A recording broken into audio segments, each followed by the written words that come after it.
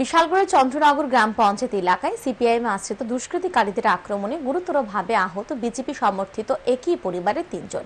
আহতরা হল ননী গোপাল দাস বয়স ৫৫ বছর, গীতা রানী দাস বয়স ৪৫ বছর এবং বাবুল দাস বয়স ২৫ বছর।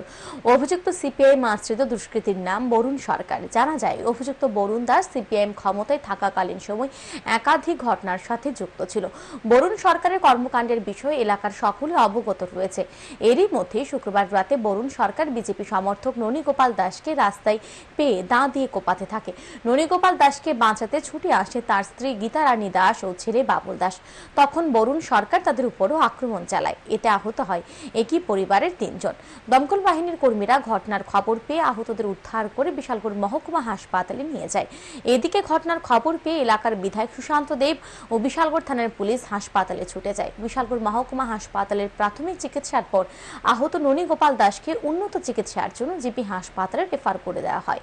বিধায়ক সুশান্ত দেব জানান, অভিযুক্ত বরুণ সরকার আগেও একাধিক ঘটনার সাথে যুক্ত রয়েছে।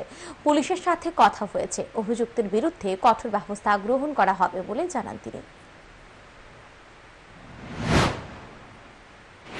অ্যাকচুয়ালি ঘটনার সত্যতা এখন আমি জানতে পারিনি, কিন্তু যতটুকু শুনতে পেলাম বরুণ সরকার সিপিএম এর সময় থেকেই দাগি দুষ্কৃতি ও বরাবরই এরকম অনেক ঘটনা করেছে। তো হয়তোবা এটা কোনো কি বিষয় হয়েছে আমরা পরবর্তী সময় জেনে দেখব। কজন আহত হয়েছে? ৩ জন আহত হয়েছে, একই পরিবারের ৩ জন।